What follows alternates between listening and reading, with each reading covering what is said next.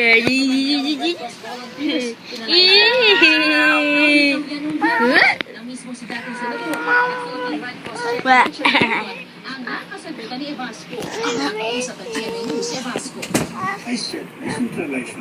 Jonah. So I said, better get out of this place because you're complicating things. Paliwanag niya, centralized relief system daw ng bayan. Pero sa kabila raw na pag-iusap niya, namahagi pa rin daw ang Red Cross ng relief goods sa poblasyon.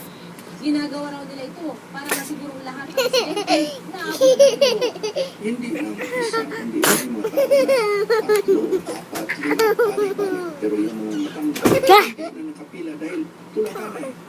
The way things are being handled by Red Cross, yung tao is treated like beggars. Parang tuta ang sunod-sunod tayo. Kung hindi tayo makasunod ng conditionalities nila, hindi kita kaya kung ganun.